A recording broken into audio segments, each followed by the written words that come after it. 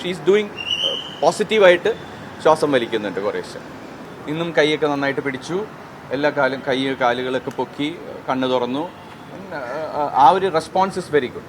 വേദനയുള്ളപ്പോൾ നമ്മൾ മുഴുവൻ ശ്വാസം വലിക്കാൻ കുറച്ച് ബുദ്ധിമുട്ടുണ്ടാവും അവർക്ക് വേദന കാരണം. അപ്പോൾ പതുക്കെ വലിക്കുള്ളൂ മാഡം.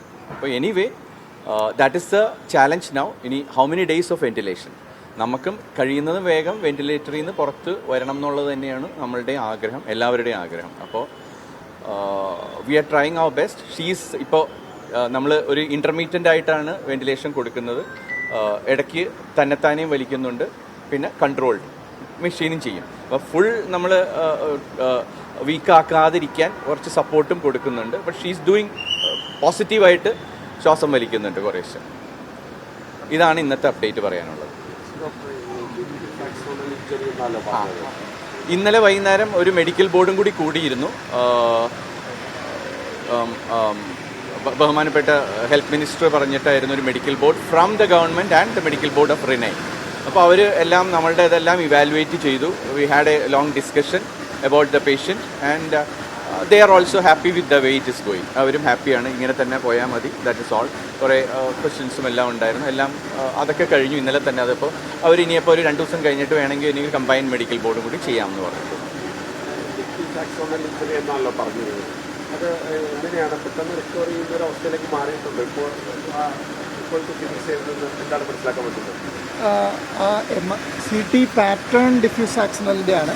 പക്ഷേ ഇപ്പം ഒരു പോസ്റ്റ് റെസിസ്റ്റേഷൻ സ്കോർ നല്ല രീതിയിലുള്ളതുകൊണ്ടും നല്ല പ്രതികരണം ഉള്ളതുകൊണ്ടും നമുക്ക് ആ ഒരു പരിക്കിനെക്കുറിച്ച് ആശങ്കപ്പെടേണ്ട ആവശ്യമില്ല. അതൊരു നോൺ പ്രോഗ്രസീവ് ഇഞ്ചുറിയാണ്. പരിക്കിൻ്റെ ഭാഗമായിട്ടുള്ള വിഷയങ്ങൾ അങ്ങോട്ടേക്ക് ഉണ്ടാകാറില്ല. അതെ, ഇപ്പം റീസണബിളി വെന്റിലേറ്റഡ് ആയതുകൊണ്ട് മാത്രമുള്ള സംസാരശേഷിയിലുള്ള കുറവ്, സംസാരിക്കാനുള്ള ബുദ്ധിമുട്ട് മാത്രമേ ഉള്ളൂ. Other than that she is perceiving and oriented. That's a good thing. So we need not be overtly concerned about the head injury part. It is bound to improve. Where issues, medical issues ഒന്നും വന്നില്ലെങ്കിൽ that is a road to recovery. And she is moving all her limbs. ഇന്നും കൈയൊക്കെ നന്നായിട്ട് പിടിച്ചു, എല്ലാ കാലുകളൊക്കെ പൊക്കി, കണ്ണ് തുറന്നു. ആ ഒരു റെസ്പോൺസ് ഇസ് വെരി ഗുഡ്. വേദനയുണ്ടെന്ന് പറഞ്ഞു. ഡെഫിനറ്റ്ലി ഇന്ന് മക്കളെയും തിരിച്ചറിഞ്ഞു, എന്നെ തിരിച്ചറിഞ്ഞു. എനിക്ക് അറിയാവുന്ന ഒരാളായതുകൊണ്ട് മാസ്കുമായപ്പോൾ വളരെ ഇന്നലെ അത് തിരിച്ചറിഞ്ഞായിരുന്നു.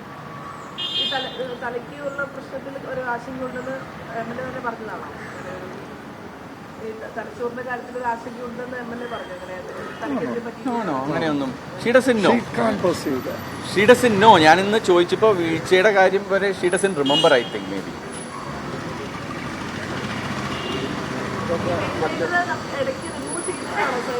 അല്ല അതിനകത്ത് മോഡുണ്ട്, നമുക്ക് സപ്പോർട്ടീവ് മോഡും ഉണ്ട്. വെന്റിലേറ്ററൊക്കെ അങ്ങനെ തന്നെയായിരിക്കും, അത് തന്നെത്താനെ വലിക്കാനുള്ള മോഡുണ്ട്. അത് അങ്ങനെ കൊടുക്കുന്നത്, അല്ലാതെ നമ്മൾ റിമൂവ് ചെയ്തിട്ടല്ല ചെയ്യുന്നത്.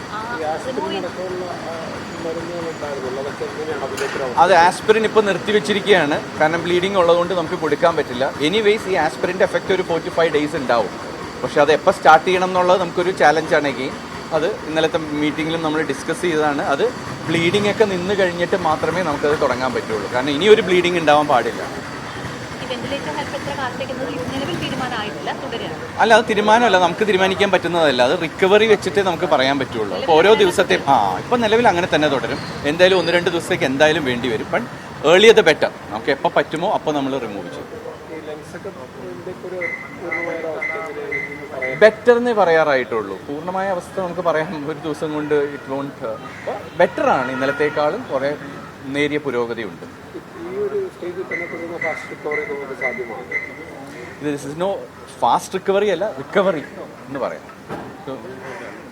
ഇറ്റ്സ് എ ലോങ് റോഡ്, ഒരുപാട് യാത്ര ചെയ്യാനുണ്ട്. അപ്പോൾ ഒരു തുടക്കം എല്ലാം നല്ല പോസിറ്റീവായിട്ടാണ് കാണുന്നത്.